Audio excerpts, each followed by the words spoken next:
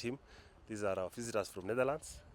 They are the team that when we did the NOREP conference in the year 2015, we invited them to come, and we discussed with them on opportunities that are available in Uasin Gishu, and they picked on potato industry. And after the conference, we've engaged them continuously, and they agreed to come and support our potato farmers, to conserve their potatoes through a cold storage, so that they're able to keep their potatoes for a long time. And today, they came in December, they did the store, and they did it perfectly well, and it is now working. Even the potatoes are already inside. For Hanse Staalbouw is it a good opportunity to getting to the world, because this is the first project of us in Africa, and this is a low using energy project, and lots of countries didn't have the possibilities to have electricity in all places. And when this proof of concept will work, and we think it will work, then it's a good opportunity for the world.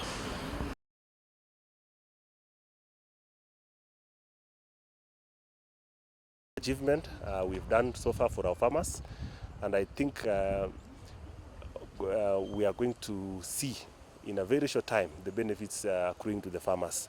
First of all, we know that the potato industry has had a lot of challenges in terms of middlemen and poor prices because of the perishability of the crop. But with these stores, the issue of perishability is sorted out. The issue of middlemen will be pushed. The middlemen will not now come in and intimidate the farmers. Middlemen usually are intimidating our farmers, and they're telling them, if you are not packaging the potatoes in 100 kilos, we are not buying them. And because the farmers don't have anywhere else to keep the potatoes, now they have the solution. So the middlemen their days are numbered, and our farmers will be able to get the right price for our potatoes at the right time, because now they can be able to keep these potatoes for more than 6 months.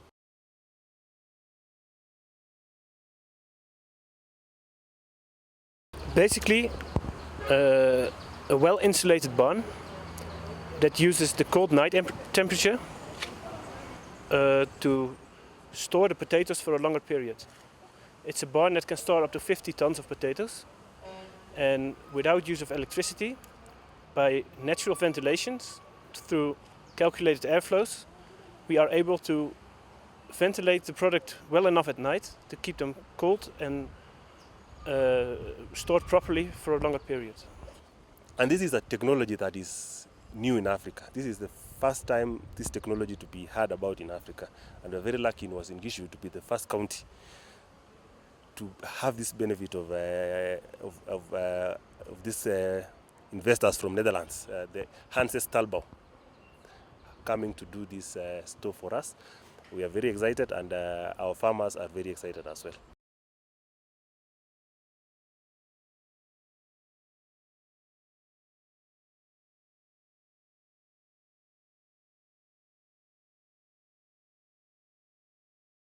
Potatoes, we are sorting them out with the support of Hanse Staalbouw, and we want this technology.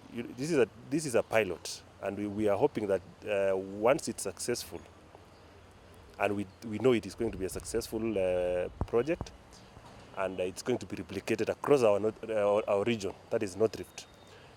Once we have sorted out the issue of potatoes, as a Department of Trade, we are supposed to assist farmers to trade. I mean, to enhance them to do business. And one of the objectives is to provide cold storage, other than now potato and milk coolers.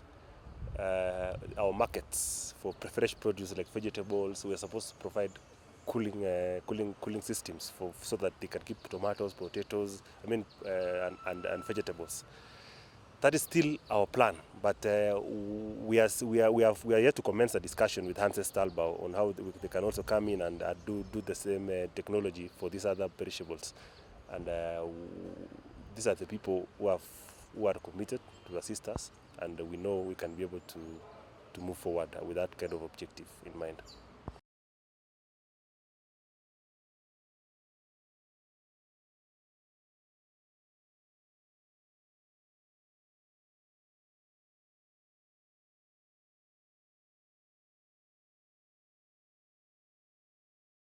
As a department, for example, of trade, we are out there constructing markets for these farmers. And the Department of Roads Infrastructure have done a good job in doing the roads network, and all the roads now in Uasin Gishu are passable. So market access is almost guaranteed because now the roads currently are all weather roads. So the market for produce is almost guaranteed because now they need not to sell only in the rural. They can access to come to town. And with this support of technology that we are getting, and where we can be able to keep our produce for a long time, I'm very sure the mwananchi back at home is a happy mwananchi.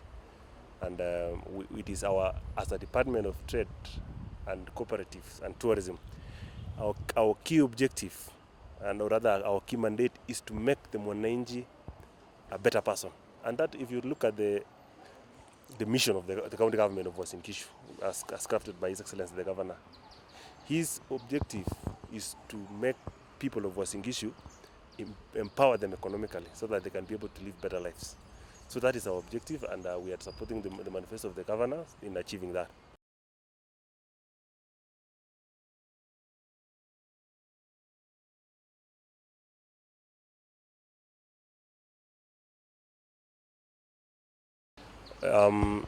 Of course,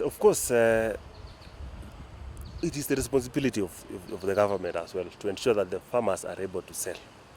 And already with these systems, in as much as in silos, I mean, they are not interconnected, but it contributes at the end of the day to ensuring that the farmer is able to sell their produce. And you know very well that there has been a lot of challenges in the market for the produce of farmers, especially for cereal produce. And as you may be aware, what the government has been doing to assist the farmers, including to empower the farmers to understand what they need to do in terms of post-storage technology, and of course securing market as a region, and we think this one can really come to benefit the farmers when this NOREP region is actualized and it's properly in place. Our produce, our farmers will be able to sell not only in Uasin Gishu but across the region. And we know a place like Turkana, there is no food. As a government, we are thinking towards ensuring that the produce of Uasin Gishu is channeled towards. We are surrounded by counties who don't have food, including Turkana and Baringo, and Kerio Fale down here.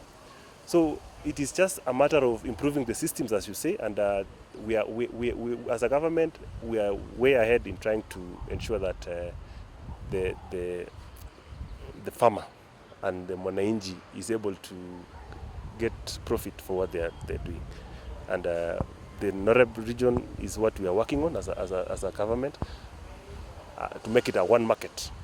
And once we satisfy the market of the region, then we should be able also to look out for the market. And we have started in trying to we are aware also that the airport here is not well utilized in terms of exports. And we are, as a department, we are in the process of constituting a committee that will look into ways where we can utilize the airport in terms of exports for fresh produce, like horticultural crops.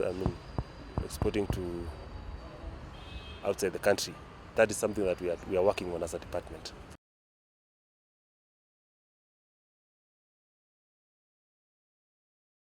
Yeah, the youth. The government has done its part in assisting the youth. It's upon the youth now to really take advantage of what the government is giving them. We